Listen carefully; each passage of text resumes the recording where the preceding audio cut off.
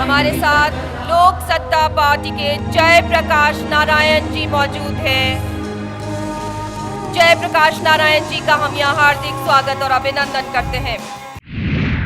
Friends,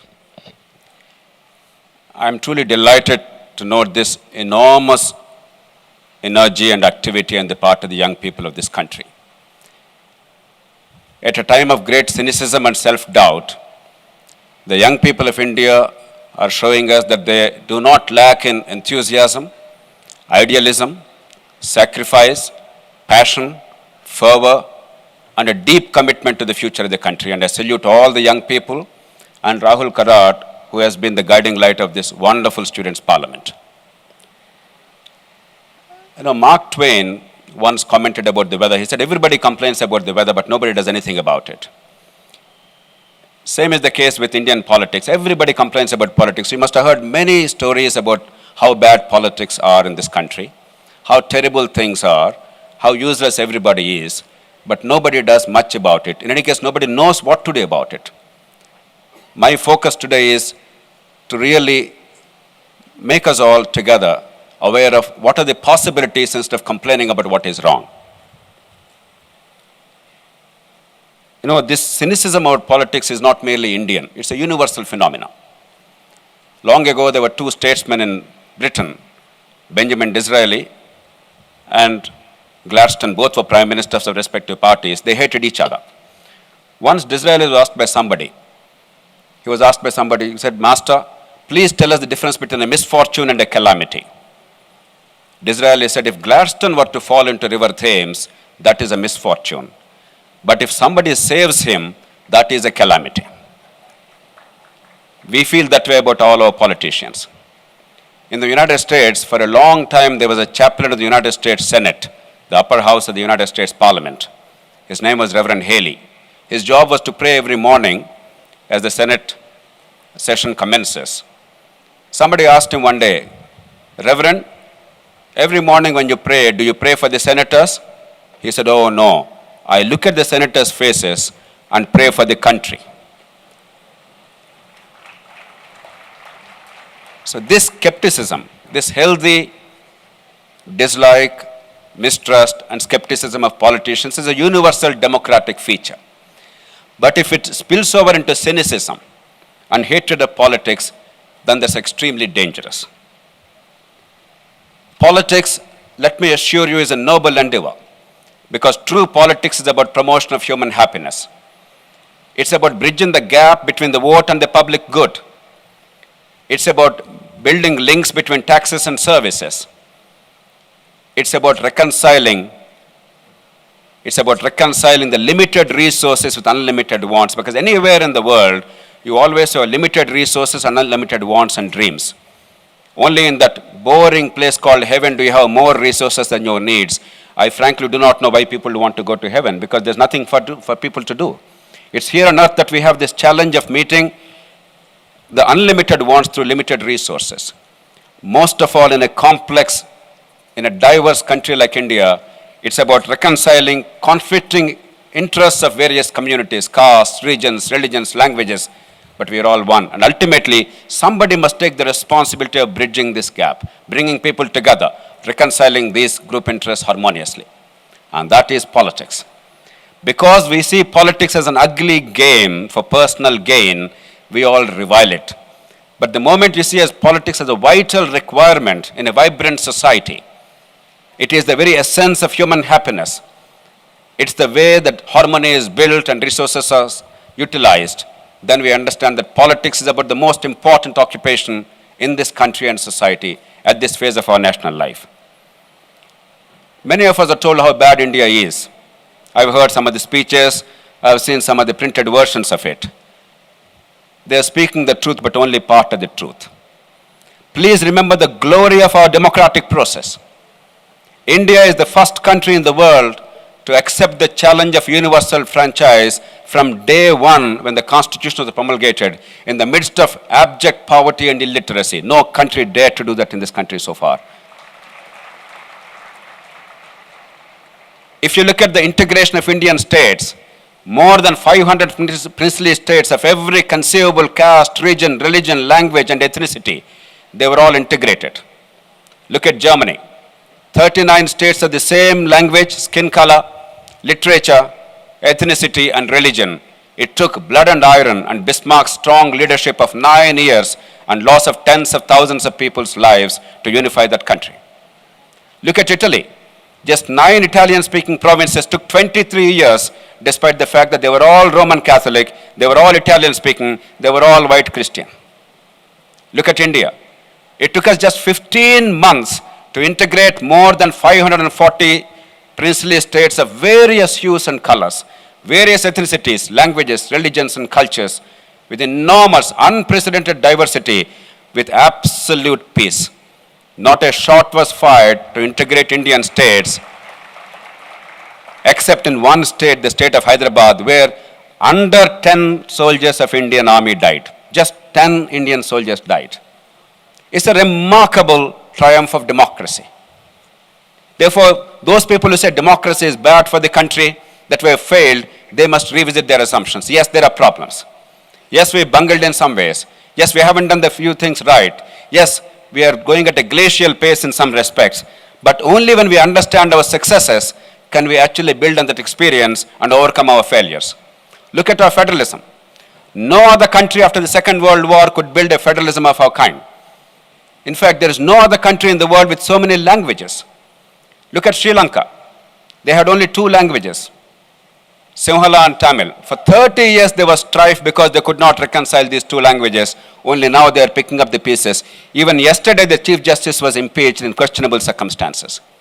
Pakistan, it became independent along with us. Within 25 years the nation broke up because of language and culture, essentially the Bengali and the Punjabi, the East and the West. Look at Belgium.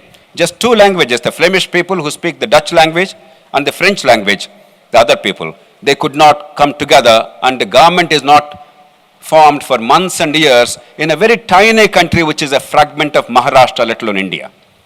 Look at even a country like Canada, very developed country.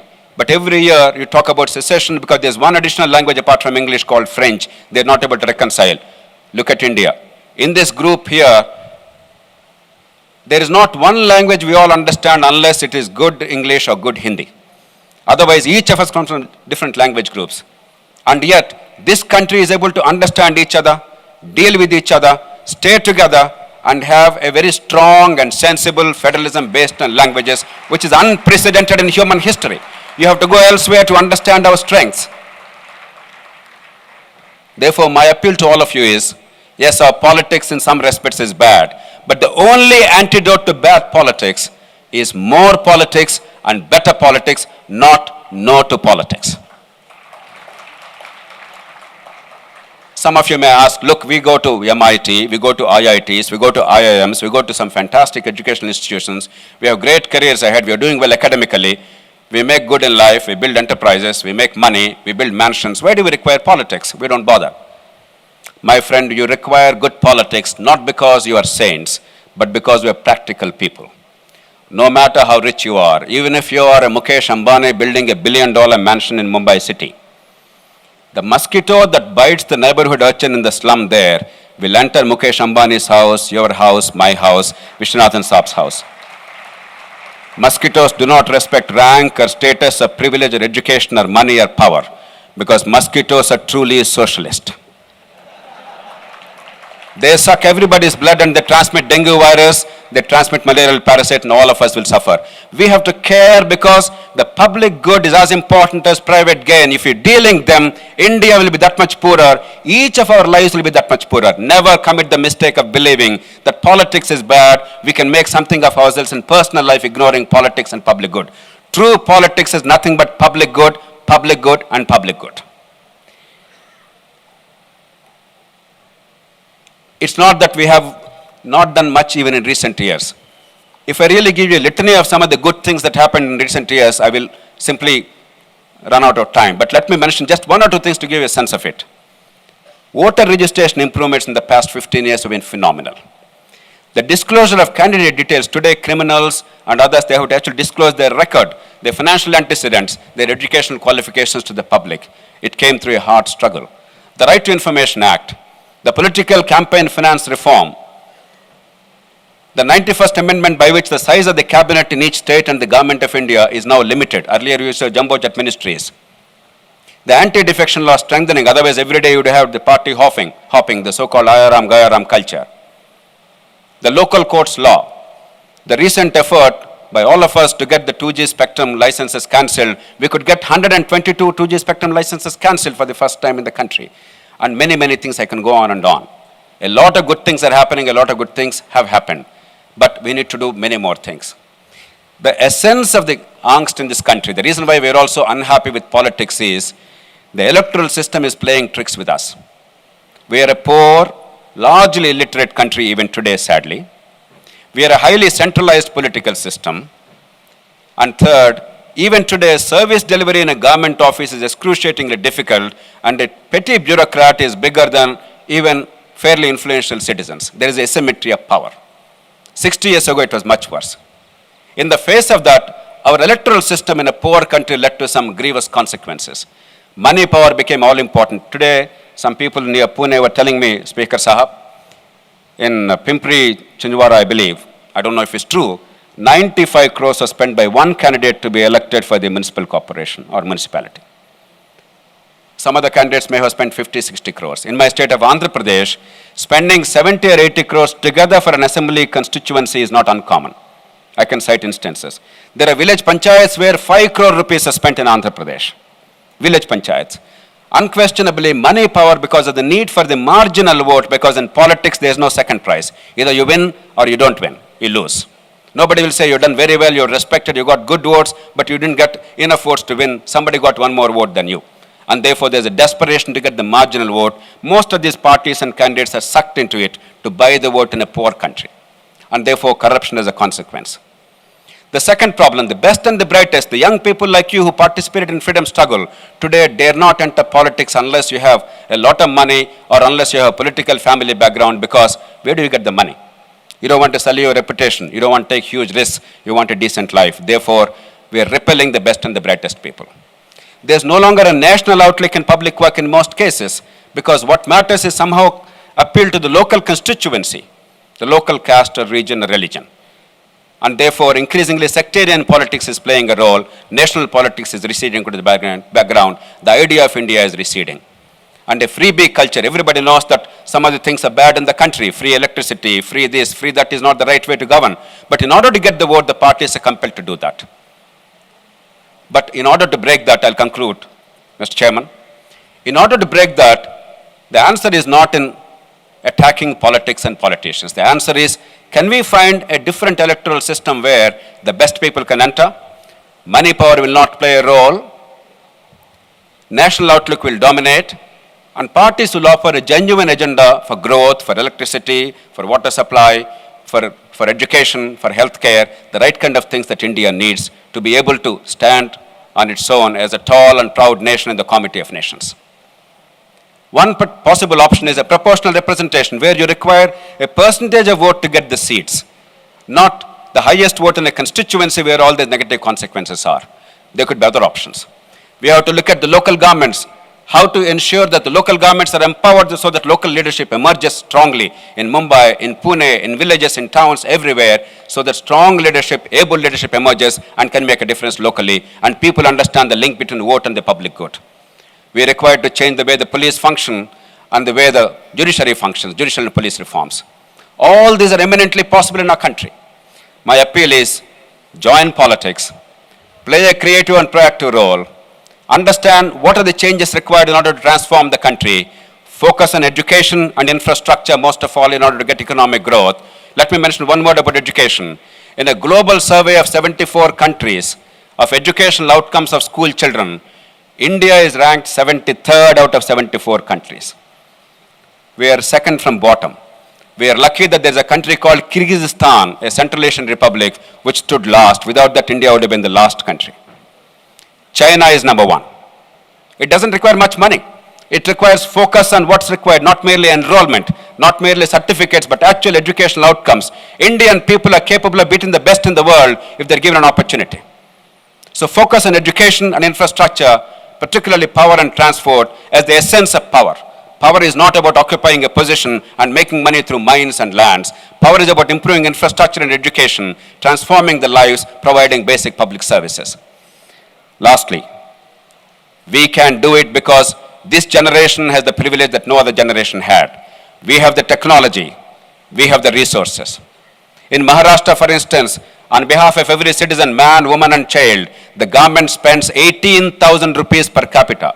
It is not a small sum. 15 years ago, to get a telephone for everybody was a dream. In this audience, almost everybody has a telephone. Most of you have internet connectivity. Technology has come to our aid. Today, we can transform the country dramatically as never before, and we can make it possible for everybody to fulfill her potential. But it's possible only if we look at everybody in India, not only some people growing. No matter what is the accident of the womb, no matter to which mother a child is born, every child must be entitled to decent education and opportunity. And we all must recognize that beyond caste and region and religion, there is only one country, and that is India. Jawaharlal Nehru always said, if India wins, who loses? If India loses, who wins? As a Hebrew sage said, if I am not for myself, then who is? If we don't fight for ourselves, who will? But if I am for myself only, then what am I? If I don't understand the link between my life and the public good, then what sort of life am I leading? If not now, when? I am truly delighted that this Parliament is asking the right questions. I congratulate Rahul Karad and Vishwanathan and MIT for this magnificent effort, and I'm sure this will be the genesis of a fundamental change through the participation of young people in the politics of India and the rejuvenation of our republic. I wish you all the very best and Godspeed. Thank you.